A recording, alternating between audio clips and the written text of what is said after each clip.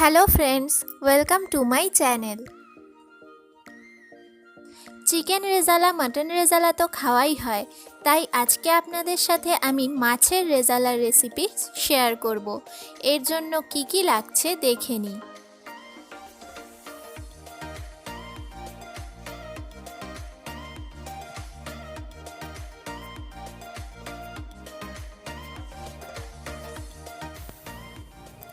এবার আমরা মাছের রেজালা বানানো শুরু করব। এর জন্য আমি সাদা তেল নিয়ে নিয়েছি।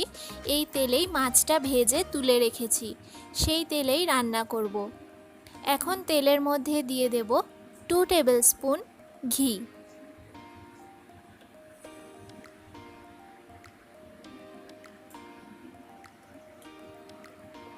এখন এটা একটু গরম করে নেব।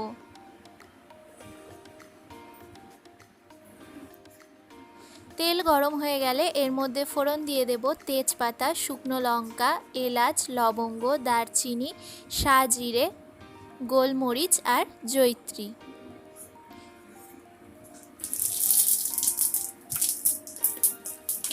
এখন লো ফ্লেমে ফোড়নগুলো একটু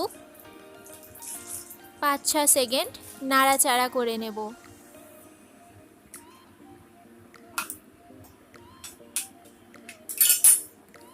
ফোড়ন থেকে গন্ধ ছেড়ে দিয়েছে। এখন এর মধ্যে দিয়ে দেব 2টো মিডিয়াম সাইজের পেঁয়াজ সিদ্ধ করে বেটে নিয়েছি।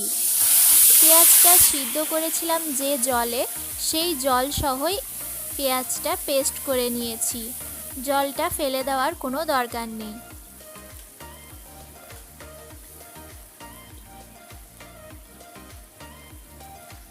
এখন পেঁয়াজটা একটু নাড়াচাড়া করে নেব।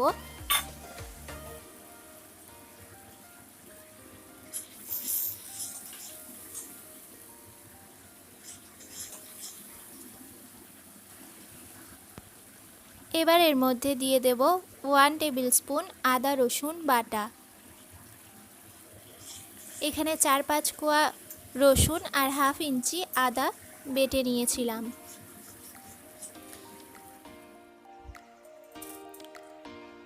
এখন এটা ভালো করে ভেজে নেব 3-4 মিনিট মিডিয়াম ফ্লেমে।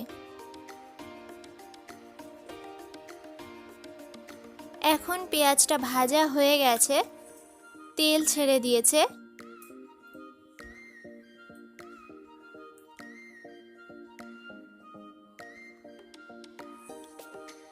এবার এর মধ্যে দিয়ে দেব 1 টেবিল স্পুন পোস্ত আর 9-10টা কাজু বেটে রেখেছি, সেটা দিয়ে দিলাম। গ্যাসের ফ্লেমটা আমি মিডিয়াম রেখেছি, হাই দেইনি, নতুবা কাজু কড়াইতে লেগে যেতে পারে। আমি কাজুর বাটিটা ধুয়ে একটু জল দিয়ে দিচ্ছি।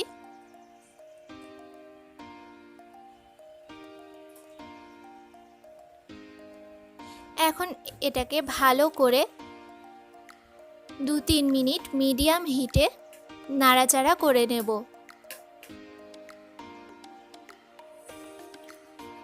এখন 2-3 মিনিট নাড়াচাড়া করার পর এর মধ্যে দিয়ে দিলাম 2 টেবিল স্পুন টক দই, ভালো করে ফেটিয়ে নিয়েছিলাম, সেটা দিয়ে দিলাম।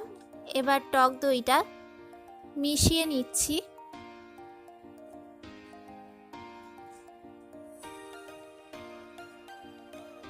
এবার এর মধ্যে একে একে কিছু মশলা দিয়ে দেব স্বাদ মতো নুন,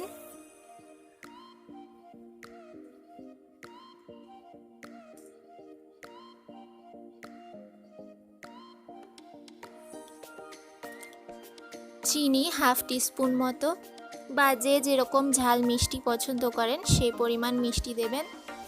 দিয়ে দিচ্ছি 1 টেবিল স্পুন গোলমরিচের গুঁড়ো,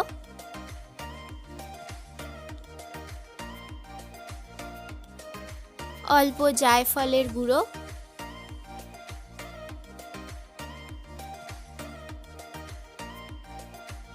আর দিয়ে দেব 2 টিস্পুন লঙ্কার গুঁড়ো।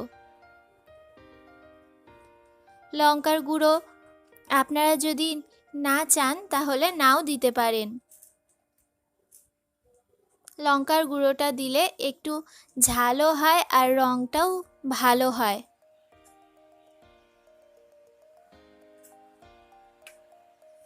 গোলমরিচ আর লঙ্কার গুঁড়ো যেহেতু দেওয়া আছে, সেই জন্য ঝালটা আপনারা আপনাদের পছন্দ মতোই দেবেন। এখন এটাকে ঢাকা দিয়ে 3 থেকে 4 মিনিটের জন্য লো ফ্লেমে হতে দেব। 3 থেকে 4 মিনিট পর আমি ঢাকাটা খুলে নিচ্ছি। দেখতেই পাচ্ছেন তেল ছেড়ে দিয়েছে, মশলাটা কষা হয়ে গেছে। এরকম রেসিপি পাওয়ার জন্য আমার চ্যানেলটাকে সাবস্ক্রাইব করুন আর পাশে থাকা বেল বাটনটা প্রেস করে দিন, যাতে আমার নেক্সট ভিডিওগুলো সবার প্রথমে পৌঁছে যায় আপনার কাছে। আমার এখন এখানে মশলাটা কষা হয়ে গেছে। এবার এর মধ্যে দিয়ে দেব পরিমাণ মতো গরম জল। যে যেরকম পরিমাণ গ্রেভি রাখবেন কম বেশি সেই রকম পরিমাণে গরম জল দিয়ে নেবেন। এখন এটাকে ভালো করে মিশিয়ে দিচ্ছি।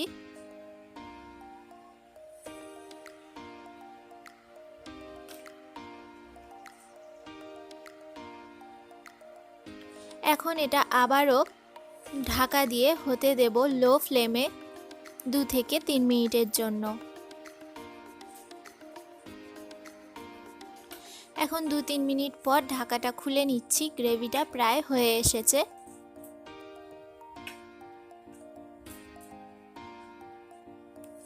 এখন এর মধ্যে ভেজে রাখা রুই মাছের টুকরোগুলো আমি দিয়ে দেব।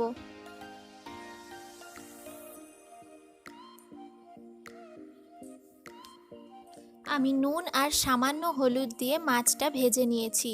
রেজালায় হলুদ ইউজ হয় না, তাও আপনারা যদি মাছে হলুদ না দিতে চান তাহলে নাও দিতে পারেন।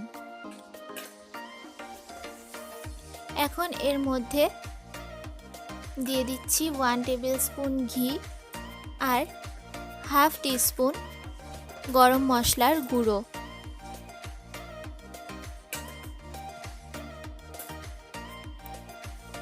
এখন এই সব উপকরণগুলোকে একটু ভালো করে মিশিয়ে নেব। আমার এই রেসিপিগুলো ইনস্টাগ্রামেও ফলো করতে পারেন। ইনস্টাগ্রাম আইডিটা ডেসক্রিপশন বক্সে দেওয়া আছে। এখন মাছগুলো ভালো করে মিশিয়ে নিয়েছি। এবার ঘি আর গরম মশলার সেন্টটা ঢোকার জন্য এটাকে ঢাকা দিয়ে 1-2 মিনিটের জন্য হতে দেব লো ফ্লেমে।